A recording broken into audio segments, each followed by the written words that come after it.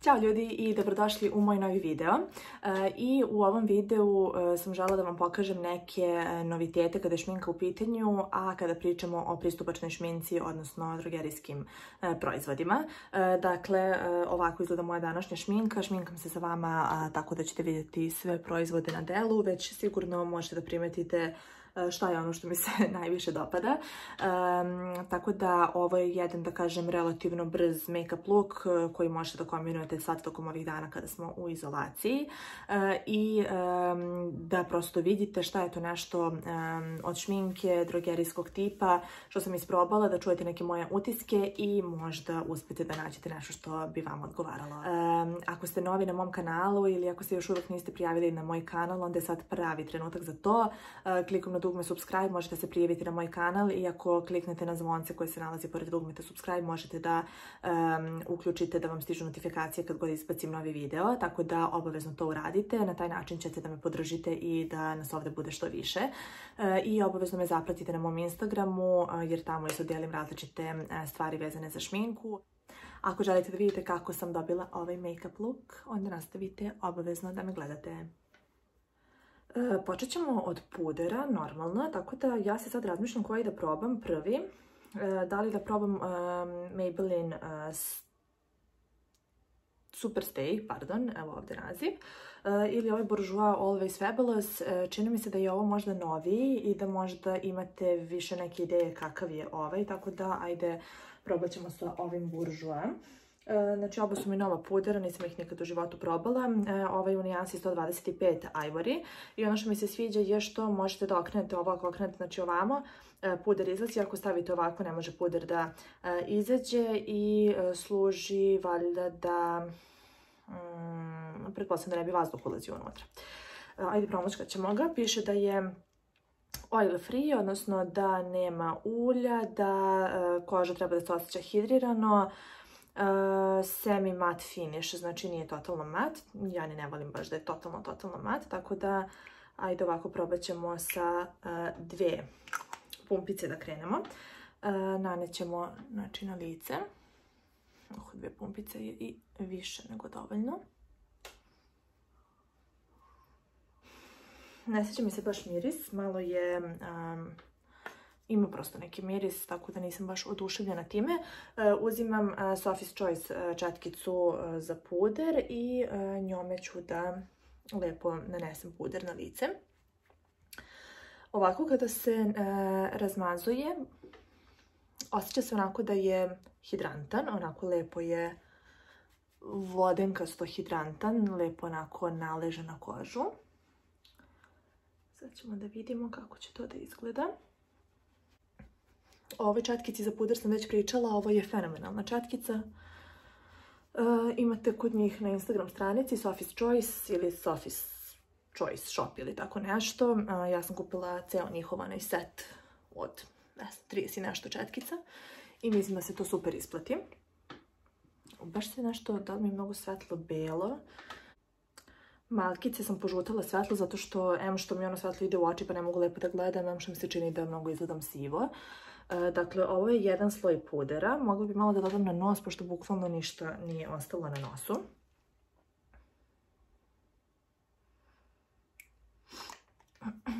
Čini mi se da sam ubala nijansu.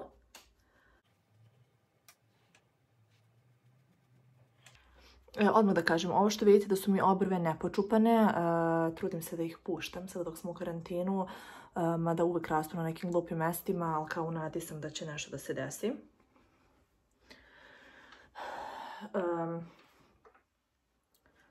Jako lagana pokrivna moć, znači jako lagana pokrivna moć, jako je lagana na koži, bukvalno se ne osjeti. Možemo da probamo da vidimo da li može da se nadogradi. Hidrantan je, suv je na licu, znači hidrantan je, ali nije lepljiv na licu, to hoću da kažem. I lepo onako hidrira kožu, tako da u principu sve ono što su napisali čini mi se da je tačno. Dodala sam još jednu pumpicu i nanećemo to još na lice, čisto da vidimo da li može da se nadogradi.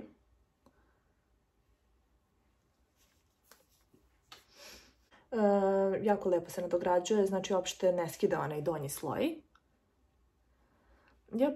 Ovaj brand Bourjois koristila sam ga kad sam baš bila klinka, dok sam išla još u gimnaziju, kad se pojavio na našem tržištu i koristila sam neke njihove maskare i neki njihov kao tonirana krema, puder, nešto. I isto mi miriše kao ta tonirana krema, puder, znači ostalo mi je taj miris zabeležen u nosu. I zaista nisam ništa koristila njihovo, nekako nije mi sad neki brand koji mi privlači pažnju i iskreno, sad kad sam uzela malo pre da vidim ovaj Maybelline puder i ovaj drugi Bourjois, ja sam bila ubeđena da je ovaj puder koji sam sad koristila, ovaj Always Fabulous, da je Max Factor. I bila sam u fazonu kao Max Factor i hvala Bogu sam pogledala da piše Bourjois, inače bih vam ja sve vreme pričala da je ovo Max Factor. Tako da je slučajno kupljen, ali jako lepo se nadograđuje i jako fino izgleda na koži. Tako da jako mi se dopada. Zatim koristit ću jednu novu stvarčicu i jednu stvar koju koristim već dugo i sa kojom sam udavila. Nova stvarčica je Catrice Instant Awake Concealer i ovo sam koristila par puta, ali bez šminke, znači ovako na prazno lice. Na mom Instagramu u delu highlights snimam vam, znači generalno svaki drugi dan izbacujem moju kolekciju pudera, primera, bronzera, rumenila, concealera i svega ostalog i čuvam tu u highlightsima kako bi mogli da pogledate i kasnije. I tu vam predstavljam znači kakva je moja kolekcija, šta sve posjetujem, šta mi se sviđa, šta mi se ne sviđa. Tako da ovo sam spominjala, nova je stvarčica, koristila sam je par puta bez šminke u toku dana i ono što mi se svidjelo je da se jako lepo osuši, da ne mora se setuje. Ali s obzirom da trenutno nemaju testere u Liliju, ja sam uzela možda malo svetliju nijansu, tako da ovo ćemo naneti prvo, čisto malkice da taj deo posvetlimo, a onda ću vidjeti da li ima potrebe za dodavanje Maybelline Fit Me concealera.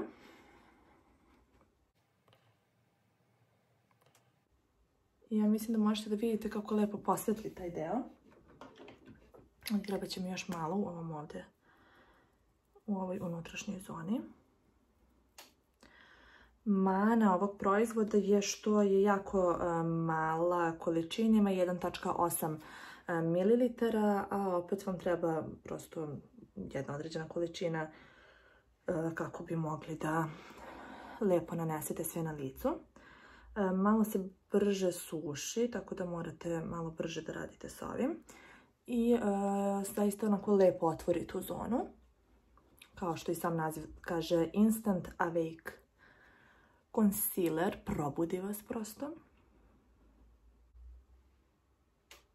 I mogu vam reći da mi se baš sviđa ovako i sa šminkom, mislim s puderom. Mada bih ja možda malo dodala ovog Maybelline Fit Me samo na ove ovdje još malo delove.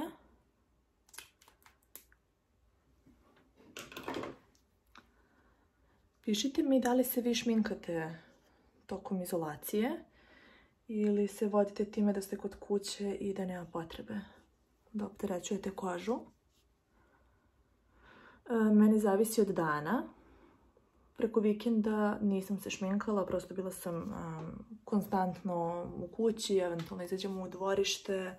Nije kao da u toku nedelje radim nešto drugačije, ali u toku nedelje radim više dnevnih nekih stvari u smislu da skuvam ručak, da opeglam veš, da usisam, da izađem do prodavnice, da malo izađem napolje na vazduh, da popijem kafu, da našminkam se da bi dobila neku motivaciju da nešto pozavršavam, jer ovako kad sam kao kod kuće ne našminkana sedim, malo sam ubijena u pojam pa nemam želju ni za čim, a sad preko vikenda prosto kako smo bili kod kuće i muž i ja zajedno s našim detetom, onda smo bili maksimalno posvećeni njemu, tako da nisam nešto imala ni želju ni potrebu da se šminkam. Ne znam kako izgleda ovo na kameri, ali uživo izgleda jako lepo. Što se tiče pudera, mogu da vam kažem da se jako lepo setovao. Što se tiče konsilera, mogu vam reći da mi se jako sviđa kako otvori ovu zonu ispod očiju. Ostalo mi neka dlaka. Lagano ću samo da setujem zonu ispod očiju i malo oko nosa sa Rimmel Stay Matte puderom za setovanje. Čisto prosto da malo budemo osigurani da će šminka da stoji, mada iskreno da budem, trenutno planiram da snimim ovaj video i još jedan i onda idem da peglam veš, tako da nije kao da nije nešto potrebno da mi šminka stoji. Ali svakako kad se već šminkamo i kad vam pokazujem šminku da onda to bude potpuno sve. I koristim Sephora 05 četkicu koja je kao za highlighter, mada ja je koristim za setovanje. Sada prelazimo na jednu paleticu. Ja još uvijek nisam probala, ali mi se čini jako lepa, samo sam je svačovala. U pitanju je Aura u kolaboraciji sa Marijom Žeželj. Generalno ova djevojka je dosta mlada i jako uspešna, ali kako se zove, verujem da su ovu paletu pokupovale, da kažem, djevojčice. Ja sam je kupila zato što prosto želela sam da isprobam i opet mislim da na taj način možda dajem podršku Mariji u smislu toga da je izbacila novu paletu i ja bih voljela kad bih izbacila neki svoj proizvod za šminkanje da to kupe prosto svi i stariji i mlađi od mene, tako da eto, i da je isprobamo zajedno. I koristim četkicu koja mi je isto nova, kupila sam isto i kad ovu paleticu, u pitanju je Aura, četka za konturisanje, tako da zove se Bronzer Contour Brush. I ajde probat ćemo s ovim. Paletica izgleda ovako. Ono zašto sam ja izabrala ovu paletu, odnosno koji je drugi razlog što sam odlučila da je kupim, je to što mi nijanse izgledaju jako lepo i upotrebljivo, u smislu da je ovo dovoljno dobra nijansa meni za konturisanje ili kao bronzer, ovo za rumenila, highlighter. Mogla sam i ovo do duše da koristim za setovanje. Ajde, mogli bi možda sad da vidimo, na primjer, stavljam prvo na bradu zato što ima prosto tih proizvoda koji malo potamne.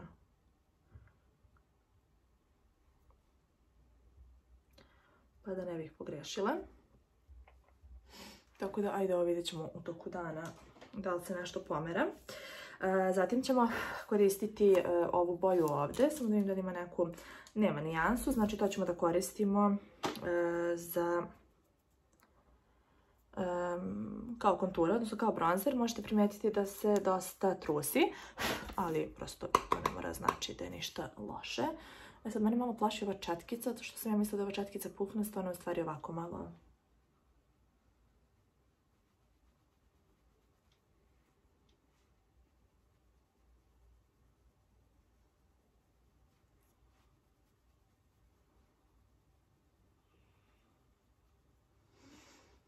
Jedina, da kažem, zeznuta stvar kod ovih videa gdje se čovjek šminka prvi put sa nekim proizvodima je to što uopće ne mora da znači može da je neki proizvod loš ili da ne valja, ali prosto nekad ne odgovara sama kombinacija. Znači možda neki puder ne naleže dobro na neki primer ili možda neki bronzer ne naleže na puder.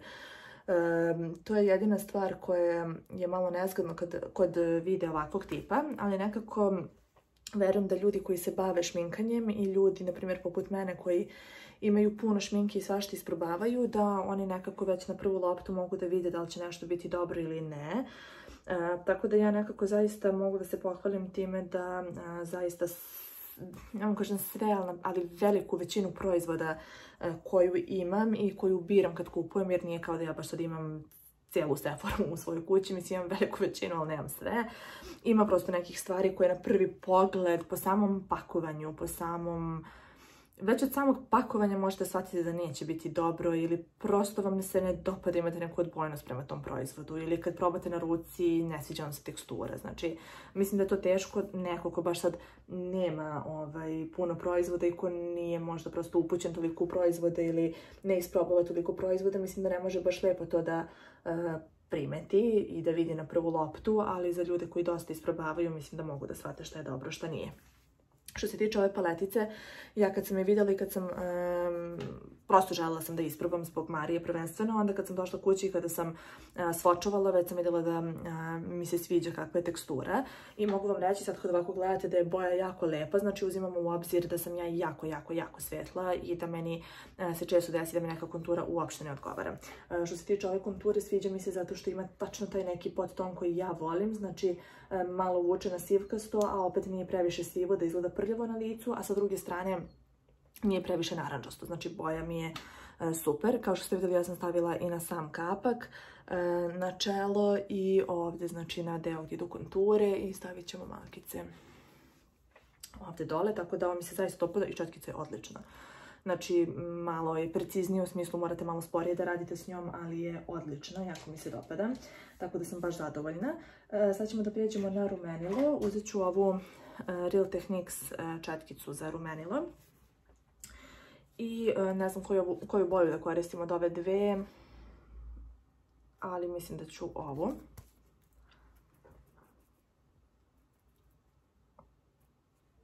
Kao što sam rekla, znači trusi se, ali to opet ne mora apsolutno ništa da znači.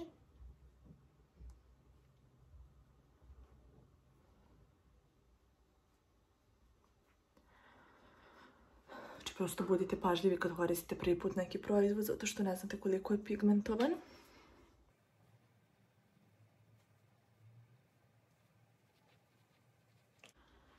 Malo sam pogrešila, ali nema veze. Malo preko kapka. Znači, ja rumenilo stavljam isto tamo gdje stavljam i konture, zato što mislim da lepše izgleda i da je bolje kad je sve to stopljeno, i stavljam malo preko nosa, jer onda izgledate prosto kao da vas je sunce malo udarilo pa ste pocrvenili na suncu. Rumenilo je prelepo i samo ću malo da ispravim ovaj deo gde sam bez veze nanela. I sad ćemo da probamo highlighter. Ako sam malo tiša u ovom videu, to je zato što mi dete spava.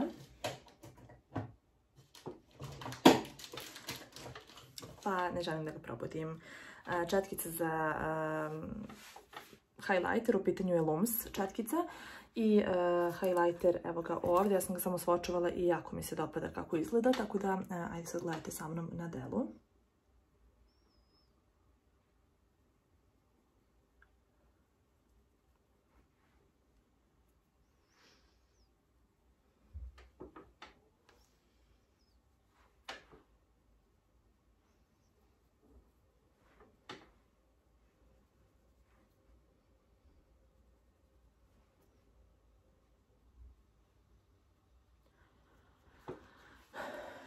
Ja mislim da možete da vidite, da nema potrebe da vam pričam ništa.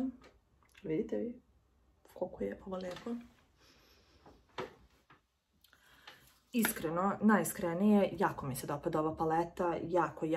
Ja generalno od Aure ne koristim puno proizvoda, volim njihove olovke za usne, volim njihove karmine, volim njihove lakove za nokte. Naprimjer, danas imam jedan od njihovih lakova za nokte. Znači, imaju lepe proizvode, ali zaista nisam probala njihove ni pudere, nisam probala njihove ni bronzere, nisam probala ni rumenila njihova. Znači, nemam njihove prosto proizvode u tom smislu, ali ovo je jako lepo. Mislim, ova paletica košta 1500 dinara. Znači, dobijate konturu, 2 rumenila, puder za setovanje i highlighter, i mislim da se isplati svakog dinara, tako da baš mi se sviđa. Mislim, ne moram ništa pričam, vidite. Mislim da vidite na delu kako to izgleda. Obrve sam iscrtala van kamere i to su mojim standardnim proizvodima koje koristim. Znači, jedan od njih je, kad pričamo o žugerijskoj šminci, Maybelline Brow Precise Fiber Filler. Ovo je super stvar za obrve i ostale stvari koje sam koristila su high-end, tako da o tome nećemo danas. I maskara koju koristim je Maybelline The Falsies, mislim da se tako zove. The Falsies Lash Lift, izgleda ovako. Ja sam ovu maskaru kupila pre izvesnog perioda, probala sam je i nije mi se svidjela, međutim vidim da su ljudi poludeli za njom, da je često svuda rasprodata i da ima puno ljudi kojima se ovo sviđa, tako da hoću opet da isprobam zajedno sa vama. A sa druge strane, vrlo često maskara na prvu loptu mi se ne dopadne, a onda kad odstoji neko vrijeme mi se dopadne, tako da evo vidjet ćemo sad zajedno kakva je.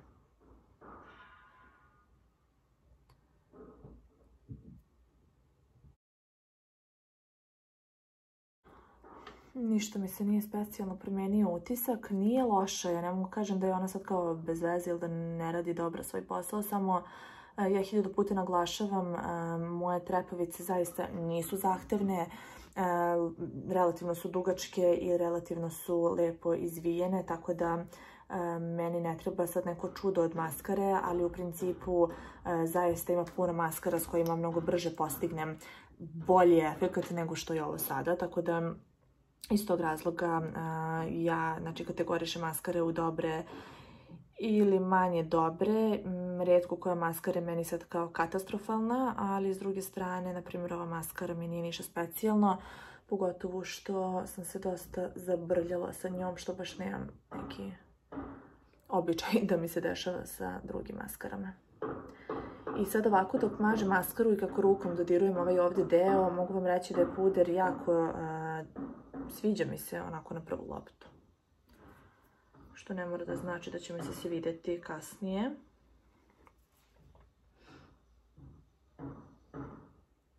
Znači, eto, maskara mogu kažem da je sasvim korektna. Naprimjer, na skali od 1 do 10 dala bih joj, naprimjer, 8.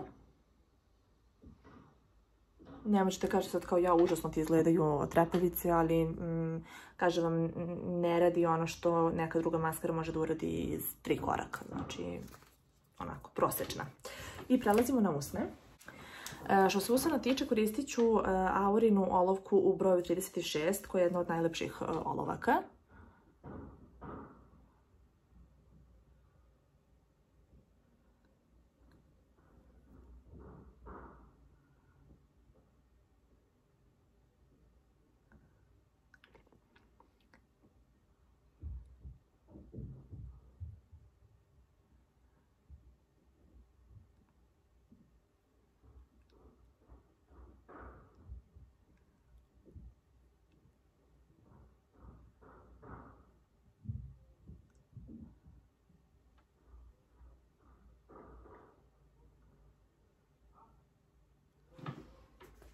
Dakle, ovo je olovka.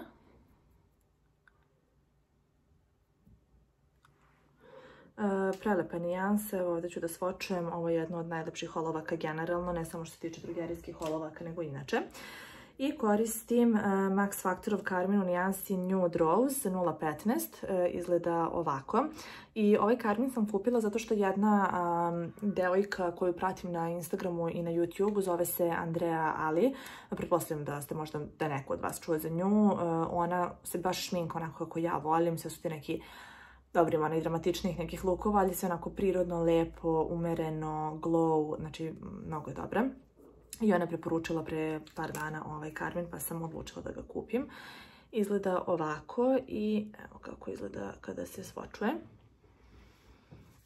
I probat ćemo ga na usnama. Jako je lepa tekstura. Evo sad ću vam reći nešto o puderu kad završim.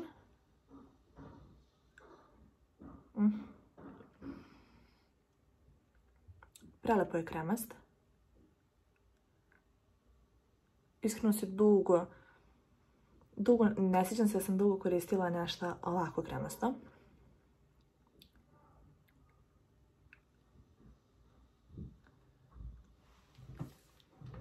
O boji neću ni da pričam jer je fenomenalna. Znate šta mislim? Mislim da ovaj puder ne bi odgovarao nekome koji ima izrazito suvu kožu. Mislim da je to jedina stvar koju mogu sad da vam kažem, zato što meni je prethodnih par dana lice dosta suvo, verovatno što se nisam ni šminkala. Mazala sam kreme, ali prosto ima tako perioda kada mi je suvlja koža i generalno u prethodnom periodu sam se manje šminkala nego inače, tako da opet na neki način možda mi je koža malo dehidrirana. Ovaj deo ovdje dole mi je dosta suv sada i vidim da mi se tu malo odvaja puder. Tako da mislim da možda ne bi odgovarao nekome koji ima izrazito suvu kožu, ali za sve ovo ostalo mislim da bi bio super. Također ovdje na čelu, gdje kad dižem čelo pravim ove dve bore, ostaje usečen i ne mogu da ga popravim. Znači obično kad ovako prođem prstom napravim da bude ok, ovdje ne mogu.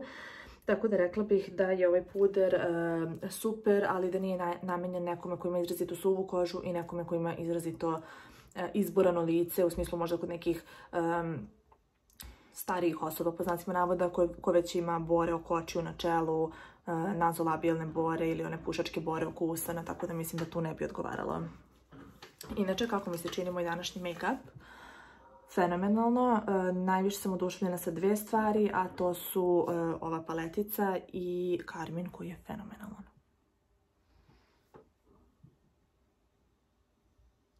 Ima još jedna stvar. Moramo setujemo sve ovo. Ovo je za mene nova stvar, u pitanju je Rimmel Insta Fix and Glow.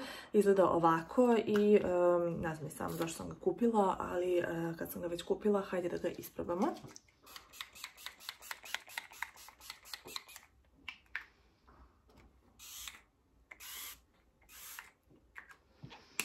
Raspršivač mu je prihvatljiv. Miris onako.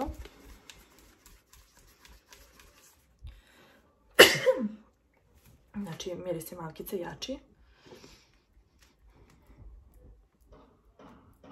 A kako će da setuje, to ćemo već da vidimo.